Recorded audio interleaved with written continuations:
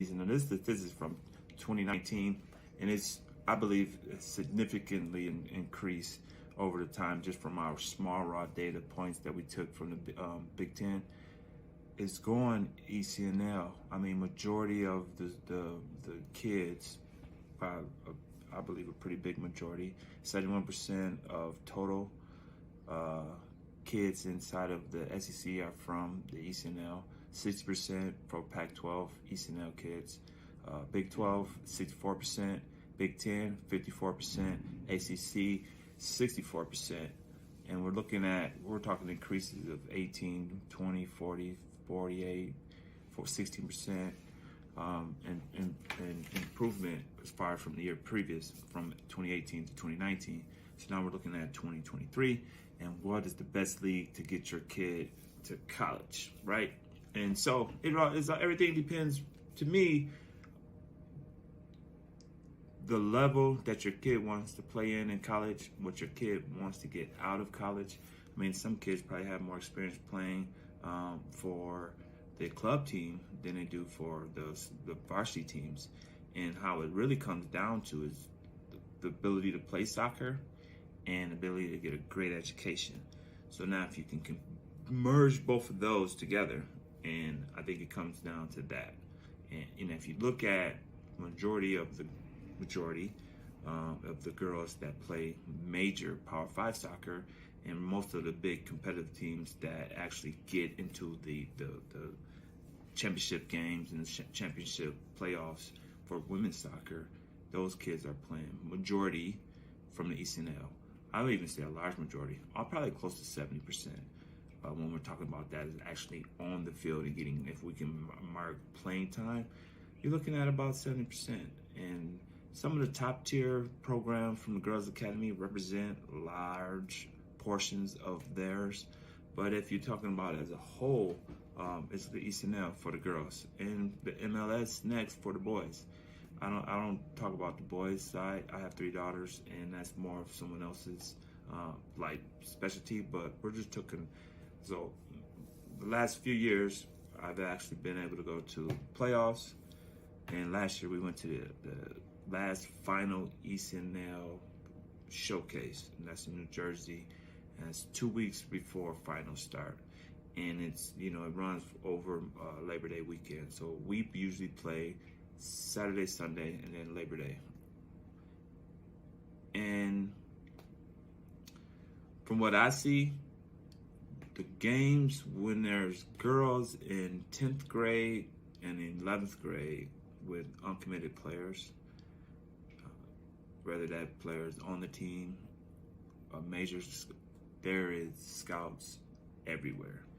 And how I look at it is the ability to be able to play in front of scouts. Because all it takes is one scout from one team to give you one scholarship.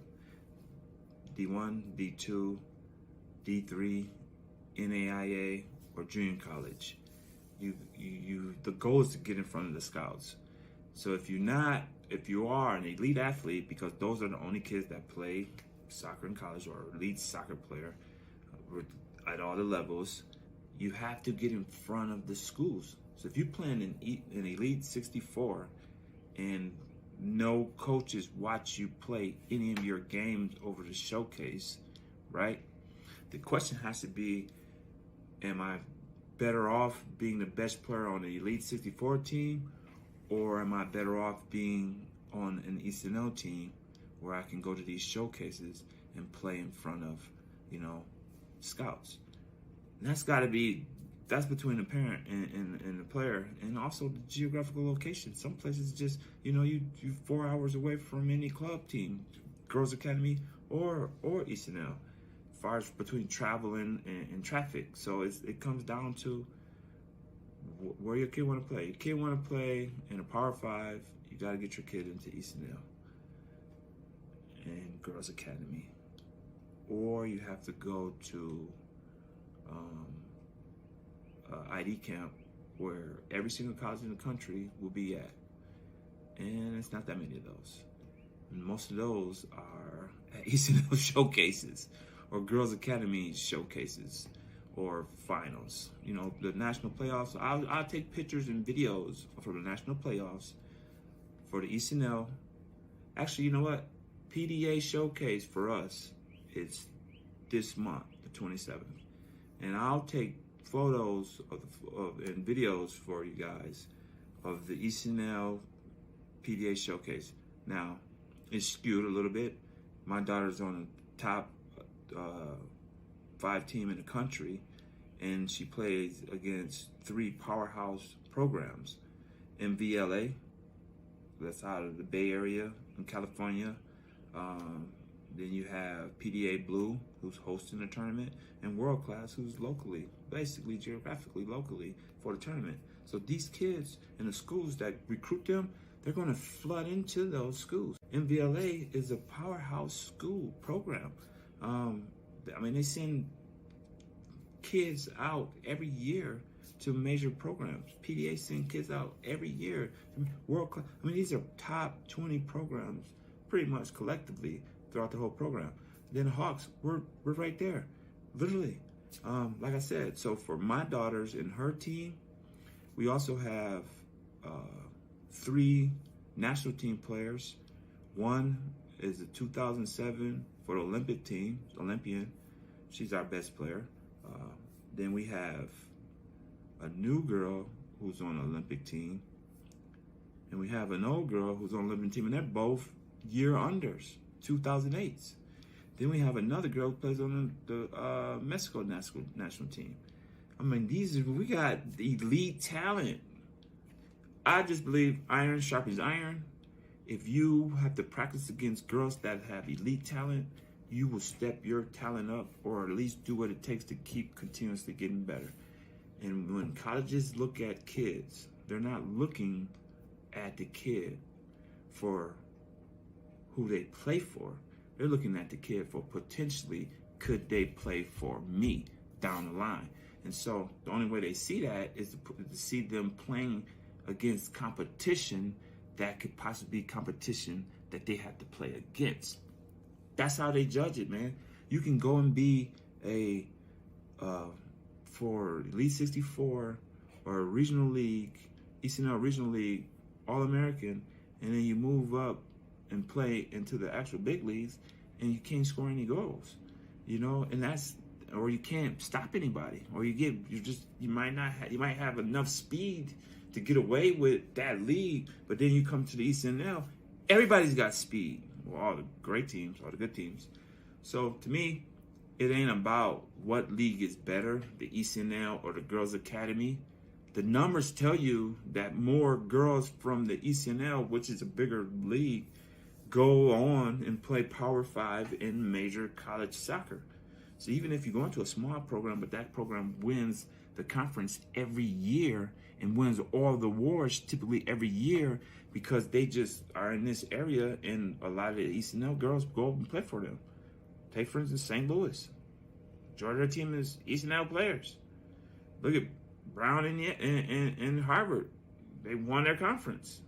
Both of their prospects are ECNL players. Go and look at UCLA, Michigan State, Rutgers, Northwestern, Alabama, Florida State, the ECNL players and international players. I mean, these rosters are filled with ECNL players. So it ain't about whether that team is good or not that's from your area. It matters that you get to go and compete against the best players in the country every 2 to 3 months in the showcases, which allows you to play like we have in front of Arizona. We played on average in front of 40 colleges. Florida, we played on average in front of 60 colleges. So each game, there's 60 schools. It was 190 something total schools that watched us play in a 3-day period in Florida. And you trying to tell me that that's not valuable? Because they get to watch you play on the big stage in front of a couple 100 people against another team that has elite talent. That's an easy way to judge how this kid's going to perform with the lights on. Then you bring them to your camp for ID camp, and you get to see and form an opinion based on in-person training. I mean, that's just kind of how it always is. Then you look at Girls Academy. They're the same thing. They just have less teams. I believe have less competitive teams.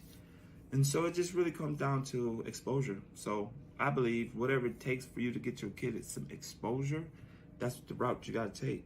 And once they grow beyond that standard that they're playing at, you got to keep looking to reach higher grounds for your kids and as well as your kids' future. But to me, the ECNL is not going anywhere for girls soccer. MLS Next is not going anywhere for boys soccer. Everything else will fall in line with those being on the top and more kids flooding into those programs, and you dealing with the rest. But like I said, that's on this Division I schools. They give scholarships.